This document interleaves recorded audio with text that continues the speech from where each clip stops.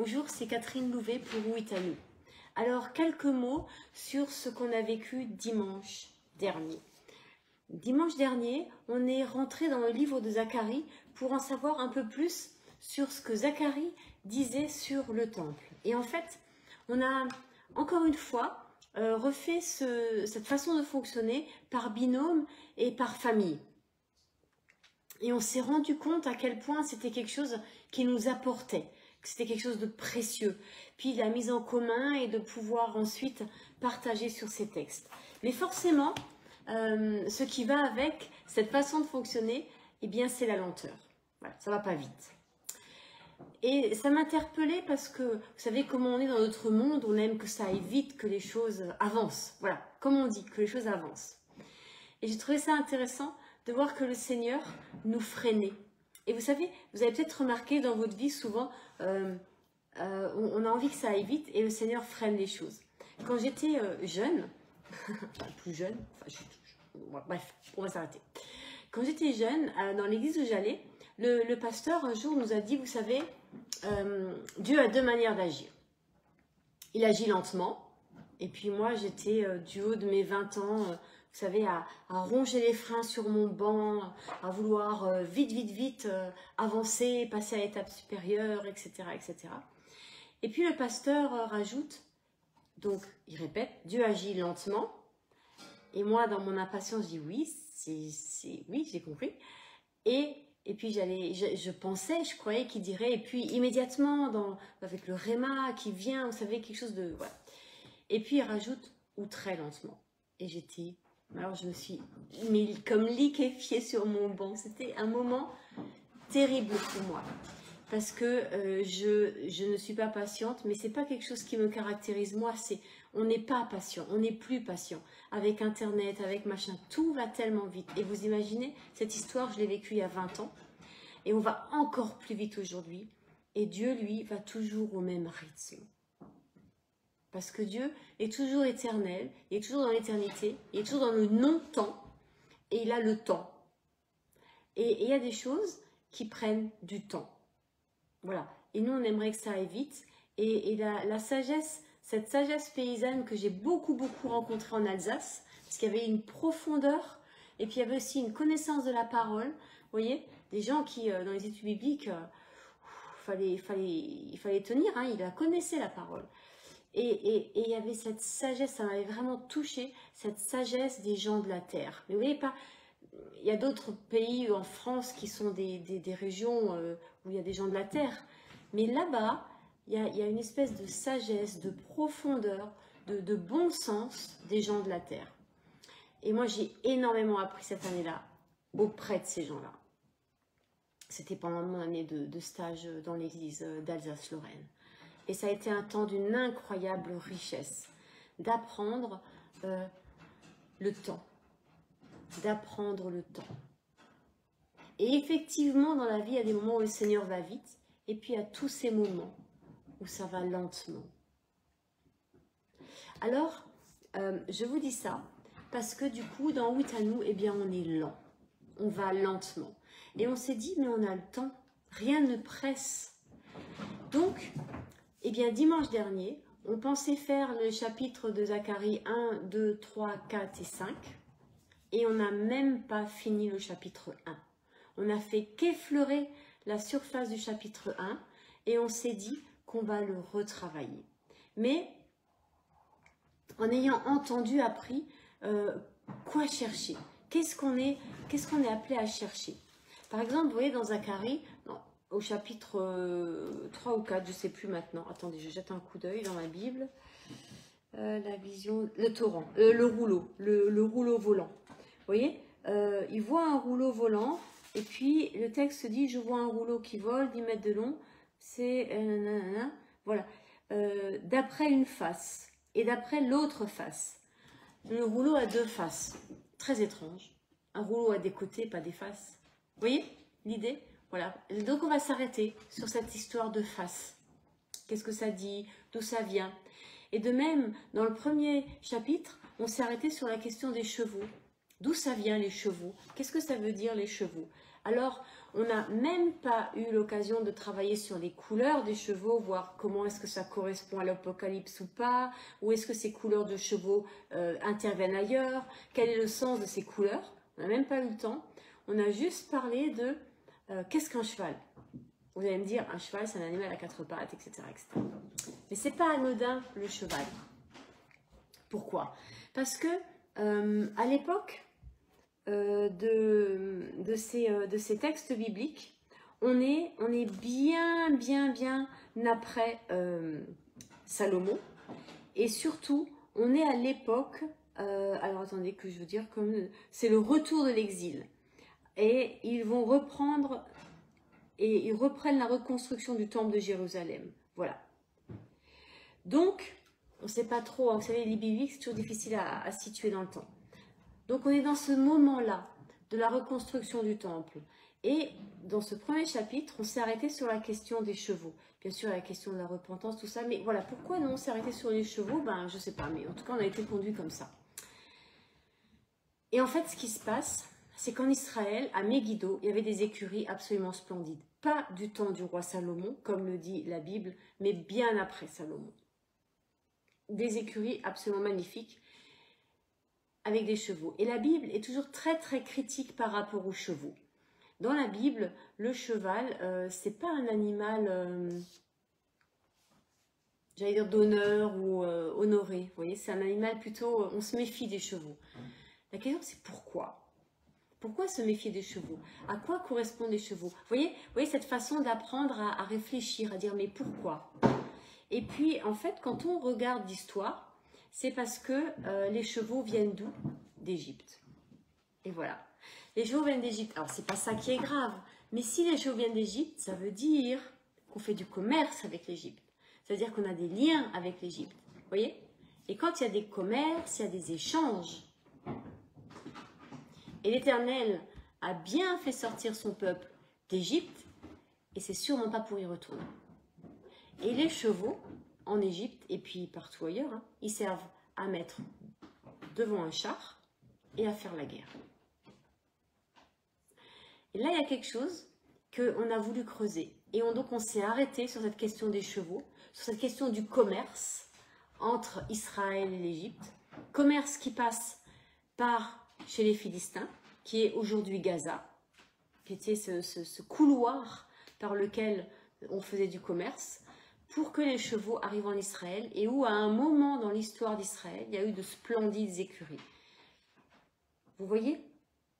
C'était autour du 9e, 8e siècle. Avant Jésus-Christ, il y a eu vraiment, Israël a commencé vers le 8e siècle, là, comme ça, Israël a commencé à vraiment grandir et à devenir l'Israël qui nous est décrit dans la royauté de Salomon. Voilà.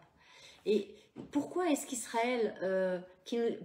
l'Israël qui nous est décrit dans la royauté de Salomon, qui est au 10e siècle avant Jésus-Christ, est en fait l'Israël du 8e, 7e siècle? Parce que simplement, les scribes, les auteurs qui écrivent, sont de leur époque, ils écrivent de leur époque. Et ils transposent les choses de leur époque, à l'époque de Salomon, pour dire la splendeur d'Israël et le choix de l'Éternel sur Israël et particulièrement sur Jérusalem. Et comme nous, depuis quelques semaines maintenant, on a acquis une connaissance précieuse qu'on vous partage et qu'on repartagera sur la taille de la Nouvelle Jérusalem, à savoir 221 000 et des brouettes kilomètres carrés, ce qui est énorme. En fait, c'est à 20 000 km près, c'est la superficie de la France, et en tout cas, c'est la taille de l'Angleterre. Donc ça veut dire que l'idée, et je vais demander aux jeunes on ne l'a pas encore fait, mais d'imaginer que de ce carré, le centre, c'est la ville actuelle de Jérusalem, et de voir comment ça déborde. Et je suis quasiment sûre que ça déborde jusqu'en Égypte, voire jusqu'en Tunisie, à peu près la frontière où il y avait les pères de l'Église, la Turquie, qui a été un pays très évangélisé, et puis de l'autre côté, de voir jusqu'où ça déborde de l'autre côté. Vous voyez, de voir un peu ce que ça donne en termes de superficie en partant de ce centre-là. C'est vraiment des choses, juste pour avoir une idée, pour voir voilà, qu'est-ce que dit le Seigneur sur cette région. Ça permet aussi de mieux comprendre ce qui se passe et ce qui va se passer. Parce que vous vous rappelez, si je suis ici aujourd'hui, c'est à cause de mon passé. Et ce passé détermine mon présent, et mon présent aujourd'hui détermine mon avenir.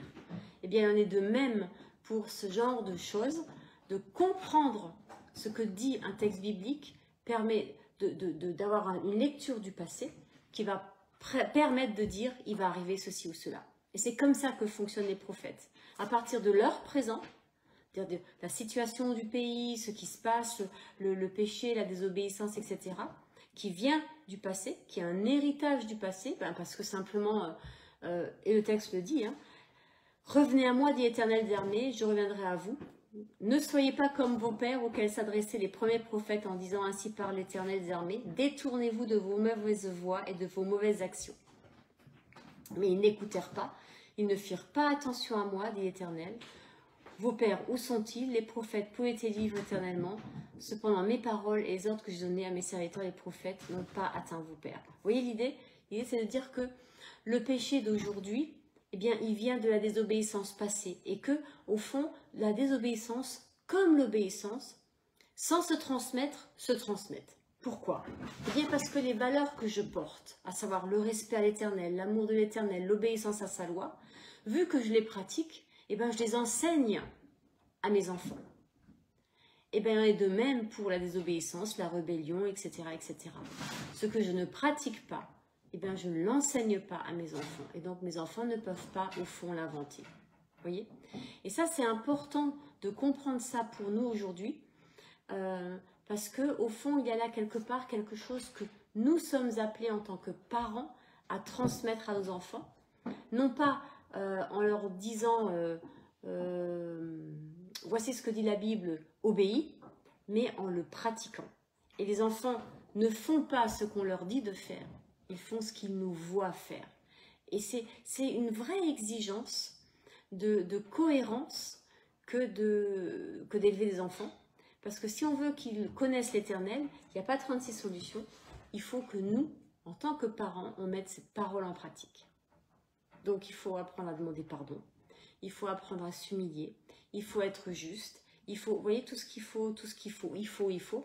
Et pour ça, eh bien, en tant qu'adulte, on repasse à la fois par la croix, mais aussi par les souffrances et les blessures de notre enfance. Parce que les enfants ont ce don incroyable de pointer juste là où ça fait mal.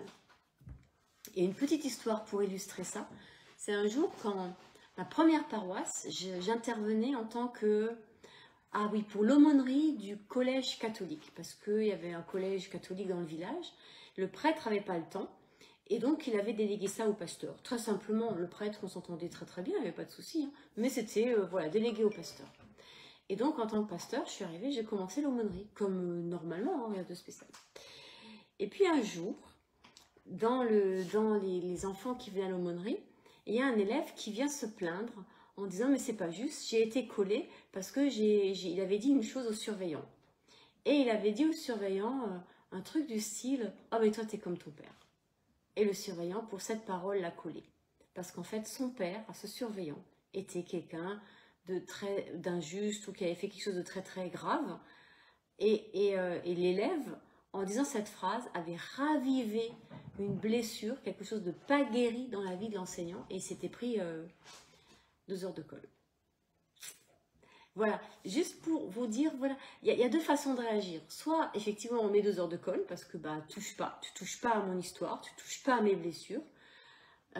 Soit, eh bien, on peut agir autrement, On peut dire, oui, c'est vrai, et puis laisser le Seigneur nous guérir. Mais encore faut-il savoir que le Seigneur est celui qui peut nous guérir. Vous voyez l'idée? Et ça, c'est un cadeau merveilleux que nous font nos enfants quand ils pointent, vous savez, quand ils touchent là où ça fait mal. Ils ne le font pas exprès, ils ne le font pas parce qu'ils sont contre nous, ils le font parce que le Seigneur les utilise pour nous guérir. Et ça, c'est formidable. Alors, dans ce passage de Zacharie, vous allez me dire, c'est quoi le rapport avec les chevaux? Eh bien, le rapport avec les chevaux, c'est de rappeler au peuple hébreu de ne pas compter sur leur propre force, sur leur puissance, et de ne pas faire d'alliance inique avec l'Égypte. Pas l'Égypte en tant que pays, qui est un très beau pays, un peu très pauvre aussi, mais voilà. Mais l'Égypte spirituelle, ce que symbolise, ce que porte l'Égypte spirituellement. Et là, on voit une connexion spirituellement entre l'Égypte, Gaza et les Philistins. Vous savez, spirituellement, on est dans la même dimension de l'idolâtrie, d'une idolâtrie féminine, notamment parce que les Égyptiens avaient un panthéon féminin avec Osiris et tous ces dieux-là. Vous voyez, sentez l'idée? Et puis, à Gaza, ils vont hériter d'un certain nombre de choses parce que à ces époques-là, on fait du commerce, mais on ne se vend pas que des chevaux, hein. On se vend aussi des idées, on se vend aussi des divinités, on se passe de l'une à l'autre. Et là, il y a des choses qui tout d'un coup se mixent et Dieu dit à Israël, stop, vous arrêtez, vous restez un peuple saint. Vous ne laissez pas entrer ces choses en vous. Vous voyez comme les choses peuvent déraper. Mais j'ai acheté qu'un cheval. Et puis le texte de la Bible va nous dire que Salomon avait les plus grandes écuries de blablabla. Et Salomon est aussi celui qui a abandonné l'Éternel à cause des divinités que ces femmes, que toutes les femmes qu'il a épousées, qui étaient d'ailleurs, ont ramenées en Israël. Et ces femmes que Salomon a épousées ont ramené leur divinité en Israël, qui sont devenues un piège pour Salomon et pour le peuple après, hein, ça a duré longtemps. Alors que ces femmes, elles auraient pu avoir le cœur de Ruth la Moabite, qui a dit quand elle accompagne Naomi, ton Dieu sera mon Dieu, ton peuple sera mon peuple. Vous voyez, on est dans quelque chose d'intéressant là, parce qu'une femme, à cette époque-là, quand elle se marie, eh bien, elle quitte la maison de son père, mais ça veut aussi dire qu'elle quitte la religion de son père. Ce que ne font pas les femmes de Salomon, mais ce que n'a déjà pas fait Michal. La femme de David n'a pas fait ça. Vous voyez? Et là, on est dans cette idée que quand je me marie, quand je fais alliance dans la chair, dans le réel, eh bien, il y a aussi une alliance émotionnelle, parce que j'aime et je suis prise dans mes émotions, mais il y a aussi une alliance à un niveau spirituel. Pardon. Ça, c'est des bêtises. Alors, on s'en va de là. Bêtises de chat. Donc, vous voyez, l'alliance se fait aux 3 niveaux. Eh bien, c'est pareil pour les chevaux. J'achète des chevaux en Égypte, c'est du commerce. Mais un pur sang arabe ou un pur sang égyptien, je ne sais pas comment c'était, est-ce qu'il venait d'Arabie, d'où il venait, là c'est trop demandé, je ne sais pas répondre. Mais en tout cas, c'était apparemment des beaux chevaux, des chevaux du désert, des chevaux donc rapides, vifs, etc., etc. Il y a cette beauté, ça fait de l'émotion, vous voyez, on est dans l'émotion. Mais simplement, il y a aussi une dimension spirituelle, parce que, je vais vous faire rire, parce que le cheval, ce n'est pas l'âne. Et que le premier roi d'Israël était un gardien d'ânesse. Et ça, c'est intéressant. Et que Jésus Yeshua est rentré à Jérusalem sur un ânon, le petit d'une ânesse.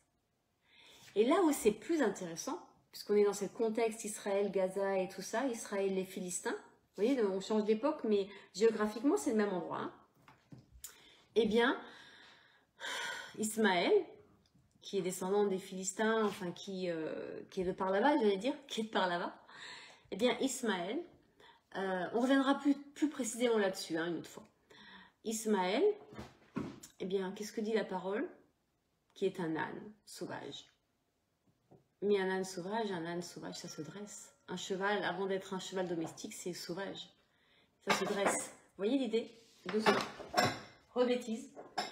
C'est le soir des bêtises.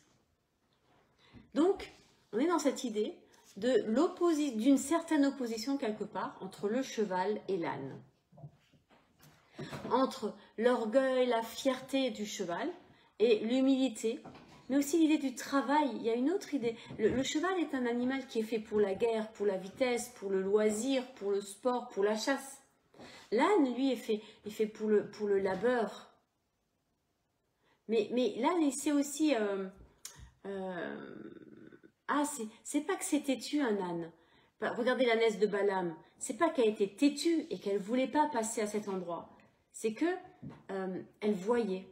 Il y a quelque chose d'intéressant quand on prend un peu. Vous savez, c'est toujours intéressant de prendre des textes de partout dans la Bible et de voir comment ça résonne.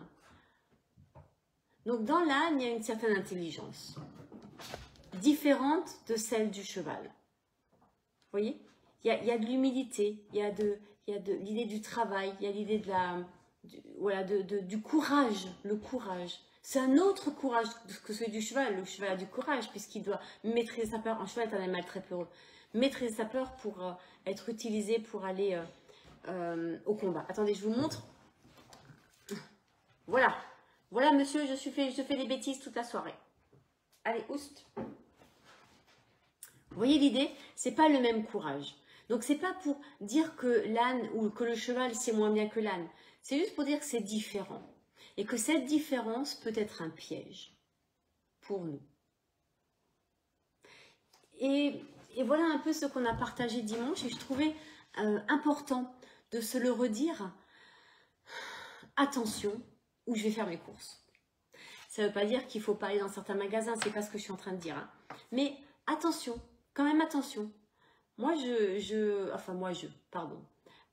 crois qu'il faut faire attention parfois à certaines choses. Il y a des choses que j'achète pas. Voilà, parce que je n'ai pas envie de donner mon argent à ça. On peut avoir une réflexion sur ça. Il y a des alliances que j'ai pas envie de faire.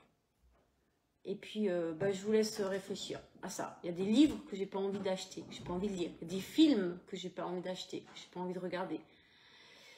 Pas parce que j'en ai pas envie, au niveau de c'est un super film, il y a un nouveau, je sais pas moi, je dis n'importe quoi, Dracula qui sort, trop bien les effets spéciaux. Non, je vais pas le regarder. Parce que je pense que ça va salir mon âme et qu'après, il y aura de la friture sur la ligne. Vous savez qu'au niveau de l'esprit, ça va moins bien passer. Et cette intimité, mon intimité et ma relation avec Dieu, qui est ce qu'elle est? Vous voyez, elle n'est pas formidable, hein, faut pas croire que machin. Et j'ai pas envie de la salir. Voilà, j'ai juste pas envie de la salir. Alors s'il faut choisir entre un âne et un cheval, ce sera l'âne. Même si franchement dit un cheval c'est quand même bien. Mais non, ce sera un âne. Vous voyez ce que je veux dire? C'est rigolo parce que hier soir sur la place est arrivée une BMW. Et c'est très rigolo parce que je regarde cette voiture et je me dis ah Seigneur. Et quand je gare ma voiture à côté de celle-là, moi j'ai une Honda Civic de 83 je crois, un truc comme ça, mais de luxe. Et je dis ah Seigneur quand même, c'est une BMW quoi. Et ce soir on m'a proposé de conduire une voiture, un V6 décapotable. Je dis ah non, moi je veux pas du tout faire ça parce que s'il arrive quelque chose, je préfère garder ma voiture. Vous voyez, c'est important de rester humble, Et je crois qu'Israël, à un moment dans son histoire, a oublié ça. Et je crois que régulièrement, on oublie ça. Dans nos vies, dans nos nations, dans nos villes, dans nos églises, dans nos paroisses, on oublie de choisir l'âne et de laisser partir le cheval. Voilà, et c'est tout ce qu'on a dit à peu près. J'ai un peu poussé plus loin ce soir, hein, mais voilà c'est tout. L'âne et le cheval. Seigneur, donne-nous de regarder dans nos cœurs et de revenir humblement à tes pieds. Simplement, de ne pas viser trop haut, de ne pas vouloir d'être juste là, serviteur encombrant, et pourtant, pour qui tu as donné ta vie. Au nom de Yeshua, soyez bénis et à bientôt. Bisous, bye.